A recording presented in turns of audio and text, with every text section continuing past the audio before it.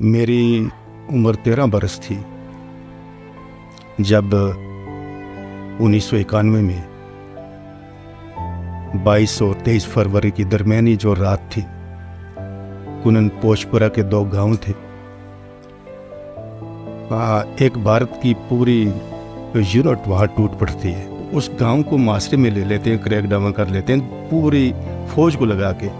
تو پھر وہ آتے 9 اور 9:30 کا یہ ٹائم تھا رات کا، تو سردیوں کا موسم تھا، سب لوگ کوئی سونے کی تیاری کر رہے تھے، کوئی نماز سے واپس آ کے بس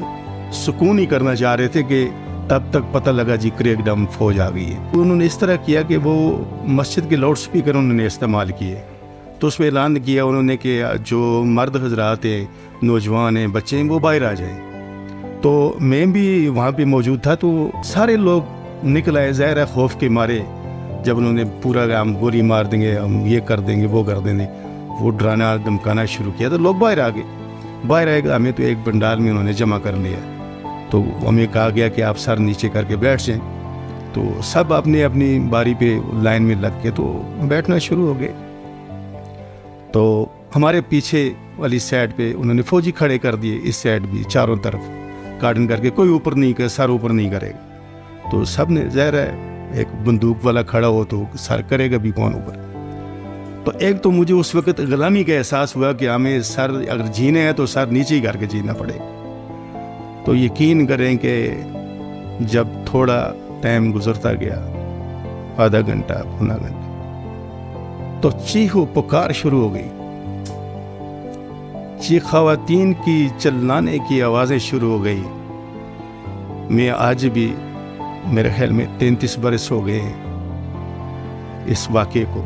جب آج بھی مجھے خیال آتا ہے تو میں اس کو بیان کرنے سے قاصر ہو جاتا ہوں، میرے الفاظ میرا ساتھ نہیں دیتے، اس لیے کہ جب چیخنے کی آواز آتی ہے تو ہر شخص کان لگا کے سننا چاہ رہا ہے کہ یہ کہیں باپ سوچتا ہے کہ میری شاید بیٹی کی آواز ہوگی، ایک پہرے دار بھائی سوچتا ہے کہ یہ شاید میری بہن کی آواز ہے، کوئی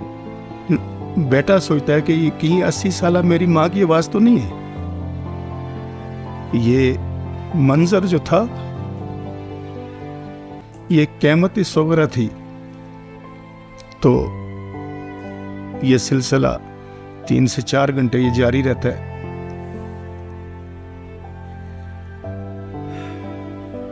اس سلسلہ جب جاری رہا تو کریک ڈاؤن جب ختم ہوتا ہے تو ایک تو بزرگوں کے اوپر، نوجوانوں کے اوپر انہوں نے تشدد کیا، تو ایک تو وہ برف کا موسم تھا، ٹھنڈ شدید تھی، تو فوج نے جو کیا سو کیا، شراب پی کے اندر۔ تو جب ہر شخص بوجھل قدموں سے اپنی گھر کی طرف جب وہ لڑکھڑاتا ہوا چل رہا تھا، تو جب دروازے پہ کھڑا ہوتا ہے تو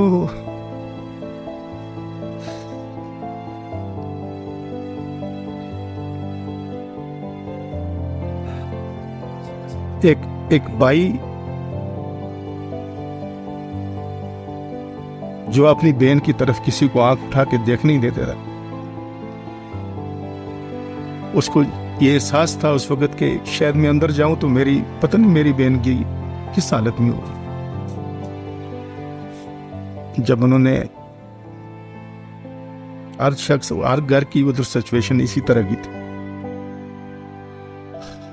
اس میں